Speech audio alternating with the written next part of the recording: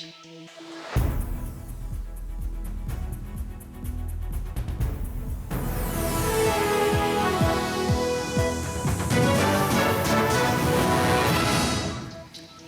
evening, I'm Aaron Darman and this is the Ukraine Brief on TVP World, where we bring you the very latest from Ukraine. And first up tonight, Russian forces have carried out overnight drone attacks across Ukraine, striking Odesa, Sumy and the Kyiv region. Local authorities say the air assaults caused fires, civil casualties and damage to infrastructure. The strikes again underscoring that US President Donald Trump is far from achieving peace. Russia launched 150 drones against Ukraine in the early hours of Tuesday morning, targeting several regions including occupied Crimea. The Ukrainian Air Force says 120 were destroyed or suppressed, with about 30 striking targets. In Kyiv Oblast, drones hit the Bila Tserkva community, killing one person, injuring others, and sparking a fire in a garage cooperative. Further north, a marketplace in the city of Sumy and 4 residential buildings were damaged. Several people reported injuries, including a child. And in the south, officials in Odesa Oblast say drones targeted the port of Izmail, again igniting fires but with no casualties. The region has been repeatedly struck as Russia seeks to undermine Ukraine's Black Sea export routes. The first day of school is usually filled with excitement, not fear. But in Ukraine's war-torn cities, children are starting the new academic year under the sound of air raid sirens. In Kyiv, students rushed into metro stations as alarms echoed across the capital. The air raid alert began after 9 in the morning local time and lasted for more than 3 hours, catching many children on their way to school before classes could begin. In Kharkiv, Ukraine's second largest city, more than 1,000 kids began classes in a newly built underground school designed to protect them from Russian attacks.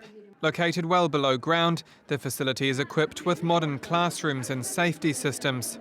Anastasia Pocherkina, whose daughter Maria has just entered first grade, revealed what it's like. The school is 3 floors down. We were told it is the deepest school in Kharkiv. That's why I believe it is safe. We did not expect it would be possible this year, but as a parent, I was desperate for my child to be able to attend normal physical school. Mayor Ihor Terihov says Kharkiv has opened 7 underground schools and adapted 6 metro stations into classrooms, enabling 17,000 children to return to lessons. He says 3 more underground schools are expected to open in January. And efforts to find a path towards peace in Ukraine are set to intensify this week. German Chancellor Friedrich Merz says he will propose Geneva as a venue for ceasefire talks between Kyiv and Moscow, when around 30 countries prepare to meet on Thursday to discuss post-war security guarantees for Ukraine.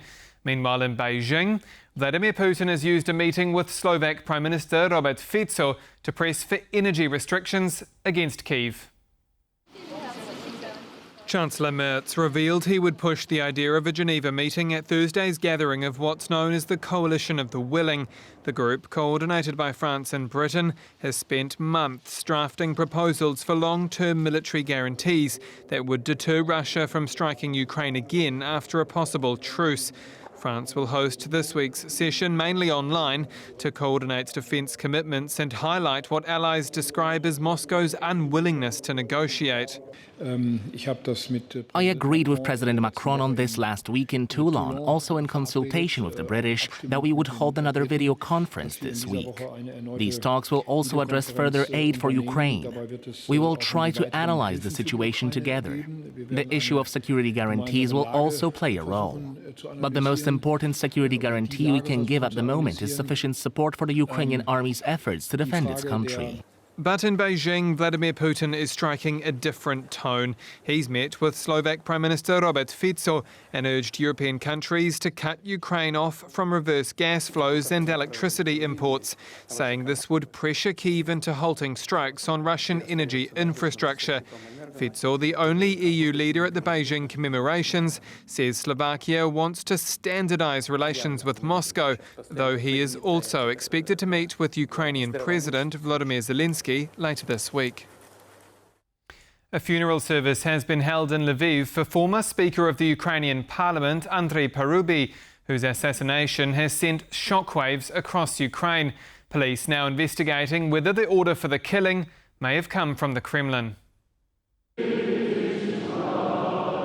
Mourners filled the streets outside St George's Cathedral, where Parubiy's coffin was carried for a final service.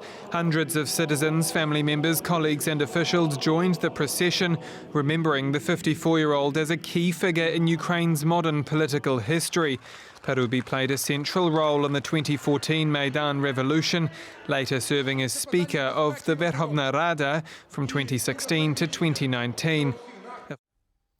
And that's the brief from Ukraine. Do stay with us here on TVP World. I'm Aaron Darman. Good night.